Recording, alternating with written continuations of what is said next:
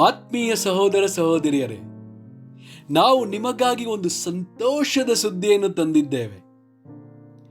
ಜನವರಿ 1ರಿಂದ 2025 ಸಂಪೂರ್ಣ ವರ್ಷಕ್ಕೆ 365 ಟಾಪಿಕ್ಸ್ಗಳನ್ನು ಹಂಚಿಕೊಳ್ಳುತ್ತೇವೆ. ಪ್ರತಿದಿನ ಒಂದು ಟಾಪಿಕ್ ಮತ್ತು ಅದಕ್ಕೆ ಸಂಬಂಧಿಸಿದ ವಚನಗಳನ್ನು ಹಂಚಿಕೊಳ್ಳುತ್ತೇವೆ.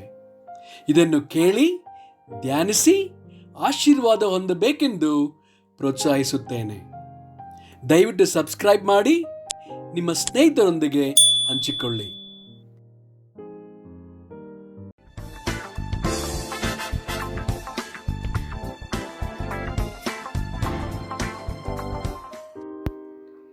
ಇಂದು ದಿನ 79 ಟಾಪಿಕ್ ಸಭಾ ಸೇವಕರು.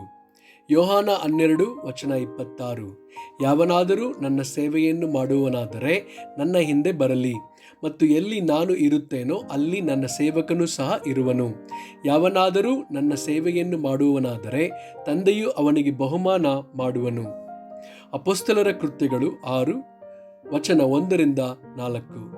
ಆ ದಿವಸಗಳಲ್ಲಿ ಶಿಷ್ಯರು ಹೆಚ್ಚುತ್ತಾ ಬರಲಾಗಿ ಅವರೊಳಗೆ ಗ್ರೀಕ್ ಭಾಷೆಯವರು ಹಿಬ್ರಿಯ ಭಾಷೆಯವರ ಮೇಲೆ ದಿನದ ಉಪಚಾರದಲ್ಲಿ ನಮ್ಮ ವಿಧವೆಯರನ್ನು ಸರಿಯಾಗಿ ಪರಾಂಬರಿಸುವುದಿಲ್ಲವೆಂದು ಗುಣಗುಟ್ಟಿದರು. ಆಗ 12 ಮಂದಿ ಅಪೊಸ್ತಲರು ಶಿಷ್ಯ ಮಂಡಳಿಯನ್ನು ಕೂಡಿಸಿ, ನಾವು ದೇವರ ವಾಕ್ಯೋಪದೇಶವನ್ನು ಬಿಟ್ಟು ಉಪಚಾರ ಮಾಡುತ್ತಿರುವುದು ತಕ್ಕದಲ್ಲವಲ್ಲ.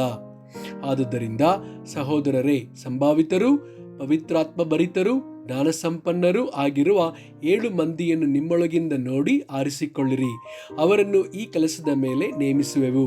ನಾವಾದರೋ ಪ್ರಾರ್ಥನೆಯನ್ನೂ ವಾಕ್ಯೋಪದೇಶವನ್ನು ಮಾಡುವುದರಲ್ಲಿ ನಿರತರಾಗಿರುವೆವು ಎಂದು ಹೇಳಿದರು.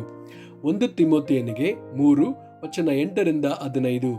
ಅದೇ ರೀತಿಯಾಗಿ ಸಭಾಸೇವಕರು ಗೌರವವುಳ್ಳರಾಗಿರಬೇಕು. ಅವರು 2 ಮಾತಿನವರು, ಮದ್ಯನಿರತರು, ನೀಚ ಲಾಭವನ್ನು ಅಪೇಕ್ಷಿಸುವವರು ಆಗಿರದೆ, ನಂಬಿದವರಿಗೆ ಪ್ರಕಟವಾಗಿರುವ ಸತ್ಯಾರ್ಥವನ್ನು ಶುದ್ಧ ಮನಸ್ಸಾಕ್ಷಿಯಿಂದ ಕೈಕೊಳ್ಳುವವರಾಗಿರಬೇಕು. ಇದಲ್ಲದೆ ಅವರು ಮೊದಲು ಪರೀಕ್ಷಿಸಲ್ಪಡಬೇಕು. ತರುವಾಯ ಅವರ ಮೇಲೆ ಯಾರು ತಪ್ಪು ಹೊರಿಸದಿದ್ದರೆ ಸಭಾಸೇವಕರ ಉದ್ಯೋಗವನ್ನು ನಡೆಸಲಿ. ಹಾಗೆಯೇ ಸಭಾಸೇವಕಿಯರಾದ ಸ್ತ್ರೀಯರು ಗೌರವವುಳ್ಳರಾಗಿರಬೇಕು. ಚಾಡಿ ಹೇಳುವರಾಗಿರದೆ, ಮದ್ಯಾಸಕ್ತಿ ಇಲ್ಲದವರಾಗಿಯೂ ಎಲ್ಲ ವಿಷಯಗಳಲ್ಲಿ ನಂಬಿಗಸ್ತರಾಗಿಯೂ ಇರಬೇಕು. ಸಭಾಸೇವಕರು ಏಕಪತ್ನಿಯುಳ್ಳವರು, ತಮ್ಮ ಮಕ್ಕಳನ್ನು ಮನೆಯವರನ್ನು ಚೆನ್ನಾಗಿ ಆಳುವವರು ಆಗಿರಬೇಕು. ಸಭಾಸೇವಕರಾಗಿ ಚೆನ್ನಾಗಿ ಕೆಲಸ ಮಾಡಿದವರು ತಮಗೆ ಒಳ್ಳೆ ಪದವಿಯನ್ನು ಕ್ರಿಸ್ತ ಯೇಸುವಿನಲ್ಲಿರುವ ನಂಬಿಕೆಯ ಸಂಬಂಧವಾಗಿ ಬಹು ಧೈರ್ಯವನ್ನು ಸಂಪಾದಿಸಿಕೊಳ್ಳುತ್ತಾರೆ. ಬೇಗನೆ ನಿನ್ನ ಬಳಿಗೆ ಬರುವನೆಂದು ನನಗೆ ನಿರೀಕ್ಷೆಯುಂಟು.